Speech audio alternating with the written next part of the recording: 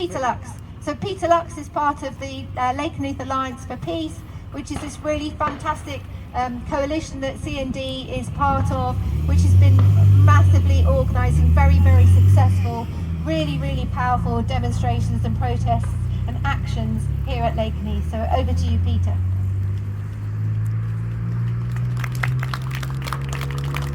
Hello everybody, I'd like to just thank everybody for turning up to Lakenheath, our local military base. Lakenheath Alliance for Peace was formed a couple of years ago in response to the hearing that the nuclear weapons were returned into Lakenheath. Nuclear weapons were based in Lakenheath until 2008 when they were removed. But I would also like to, before I go any further, I'd like to put it in a bit of context what was actually happening.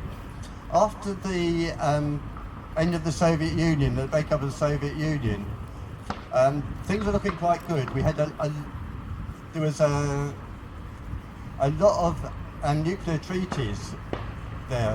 The Anti-Ballistic Missile Treaty, the Open Skies Treaty, the Intermediate Nuclear Forces Treaty.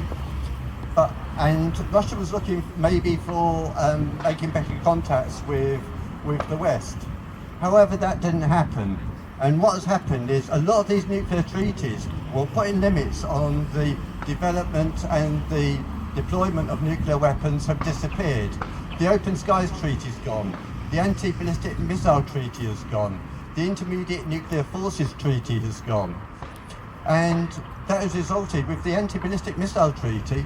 If you have missiles based that can shoot down, the possibility of shooting down nuclear missiles and stopping the nuclear deterrence of the other side, they're just going to increase the number of nuclear weapons they're going to have. They're going to develop new nuclear weapons. If we actually look what's happened to Russia since 2003, when America withdrew from the Anti-Ballistic Missile Treaty, they now have a nuclear torpedo, which is in the megaton range. They developed the avant-garde nuclear guide bomb, which can travel at nearly 30 times the speed of sound. They've got a nuclear-powered cruise missile. They've got a ICBM that can go into low Earth orbit. China has responded by increasing the number of nuclear weapons that it's got. It's nearly tripled the number of nuclear weapons, and it's going to go even further. America are developing nuclear weapons. So the return of the weapons to RAF Lakenheath is another push from further nuclear armament. And the Americans are continuing, while we are arguing against, we're campaigning against the B6112, the B6113 is coming off the production line. So we need to actually put a stop to this because it's going to be further escalation. The only treaty that's there is the New START Treaty. That finishes in February next year. After that, there'll be no limits on how far they can go with developing new nuclear weapons and increasing their nuclear weapons stock. As well as Lakenheath being a nuclear base, it was involved in the bombing of Libya. It was involved in the bombing of Syria, of Iran. It's not just the planes that are based here. This is a stopping off point for planes going out to the Middle East. They're involved in Afghanistan and Iraq. There's also another base which is often not talked about, which is RAF Mildenhall, which is a few miles down that road. And that is a much busier base than RAF Lakenheath. There's a lot of weapons going in and out from Mildenhall. We've got no idea where they're going. We can guess that they're probably going to Israel and they're going to Ukraine. And they've also got special ops there. We have no idea what those special ops people are doing, but they're frequently deployed. They have an interrogation unit based there, who were involved in the interrogation of prisoners at Abu Ghraib. And yet, we have no say and no idea what is actually going on there. So Lakenheath Alliance for Peace is mainly focused around the nuclear weapons there.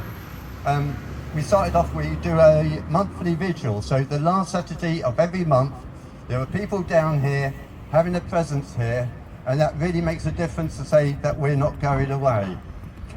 We hold regular demonstrations. We also had a couple of peace camps. So there's a peace camp 2 years ago, and there's a peace camp this year. And there's going to be a peace camp next year. That's where quite a few people, and people from different countries, can come across, and we can work together on campaign against nuclear weapons and militarisation. So the peace camp next year is in April. It's April the 1st till April the 6th. There's some leaflets down here. Go to our website and find out more, get involved. We're also doing a speakers tour.